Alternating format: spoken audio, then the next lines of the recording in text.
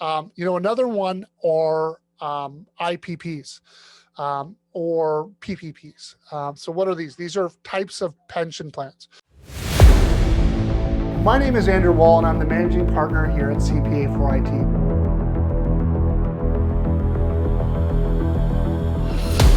So an IPP is an individual pension plan, and it's basically a defined benefit plan governed by a whole bunch of provincial legislation.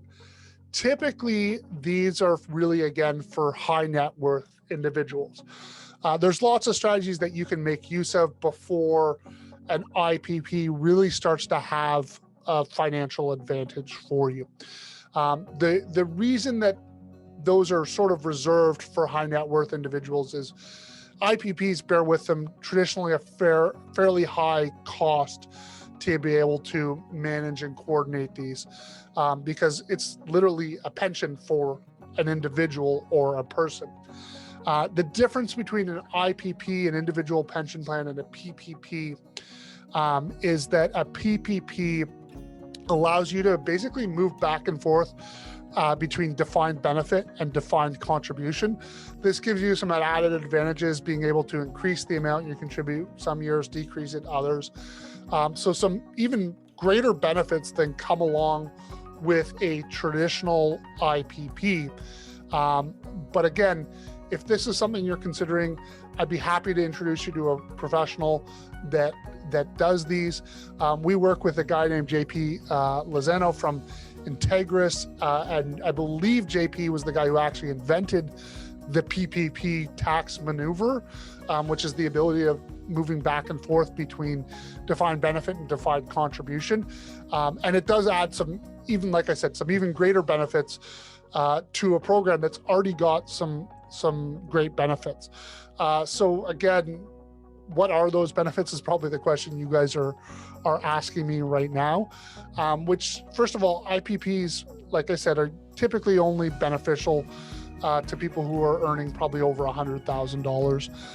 But what it allows is, first of all, it allows you to make contributions that are typically larger than the RSP contributions. Now, an IPP will take the place of an RRSP, but it's usually going to give you more room than you would have in a traditional RSP.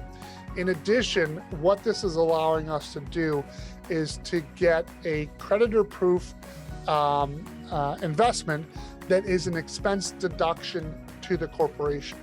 And where this can really start to have huge advantages is when you're starting to creep up close to the limit of the small business deduction. And I think I sort of glossed over this a little bit earlier, and I do see the question that's come up there. I'll come to that in just one second.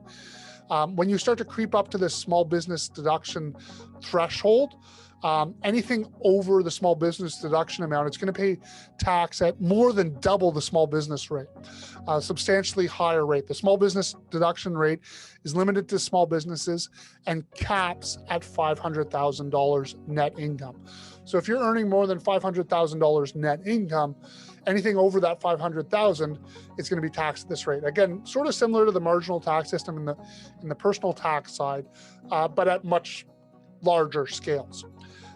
So the gap obviously is going to be large, but also the increase is going to be quite large. Now there's some strategies that you can use, like maximizing deductions and increasing your salary and increasing RSP contributions. But at some point you're gonna hit a limit, and that's where a real benefit of these IPPs and PPPs are going to come in. Is so you can also get a whole bunch of benefits based on years of service. So this will often allow a big lump sum that you can do in some years to be able to do that, as well as be able to deduct all the costs associated with the IPP and managing it. Because as I did say, there are quite usually large costs associated with that, but they are all deductible to the corporation. So we got a question here that says the premiums are not deductible, right? Unless required for a loan. The insurance is a funny thing because we've got a whole bunch of different types of insurance. You got health insurance, you've got errors and omission insurance, you've got disability insurance, you've got whole life insurance. So life insurance, the premiums are not deductible exactly like you said, unless it's specifically required for a loan. Now, one of the things that's important to know and understand is that even if you can't deduct the premiums, setting up the corporation as the beneficiary of a life insurance policy is going to bring some advantages because, first of all, what happens is it gets expensed on the income statement and then added back on the tax return. That's a fancy way of me telling you that you're able to pay for those premiums with money that's been taxed at the corporate tax rate, 12.2%, as opposed to money that's been taxed at your personal tax rate, which could be as high as 53.53%. So setting up the corporation as the beneficiary still has some advantages when we're talking about life insurance. Now, disability is different still. So disability, the way it works is you're allowed to deduct the premiums for a life insurance policy. However, if you choose to deduct the premiums for, disability insurance, if you choose to deduct the premiums for disability insurance, then any benefits you receive become taxable.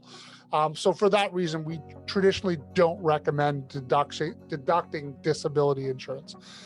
Now, one more still is we got things like errors and omissions and health plans and those types of things, health and dental plans. Those are 100% deductible with no real issues. If you've had a corporation around for a couple of years before you set up an IPP, which is a common scenario because usually it takes time to grow, right? Then you can do a whole bunch of calculations that allow you to do a large lump sum contribution based on years of service. The contributions do reduce or eliminate any allowable RSP contributions to the employee. So typically you're not doing this and RSPs, you're doing a pension plan instead of RSPs. And like I said, RSPs are a great way to sort of kind of do this at an entry level way. By contributing to your own RSPs and increasing your salary, and then you get a larger expense to the corporation, but the individual, because they're getting the RSP contribution deduction on their personal tax return, their income is still lower. But you obviously hit limits with how much you can contribute to your RSP based on the salaries that you've been receiving in the past, which also one other thing is, our goal when we set you up with a corporation is to pay you as little salary as possible, right? Because this whole marginal tax system that we've talked about, that then means that the RSP room that you get is quite small as well. So you don't get a huge RSP option. So again, another big benefit that this IPP and PPP comes in is the fact that you might be able to will be able to have a larger amount that you're able to contribute.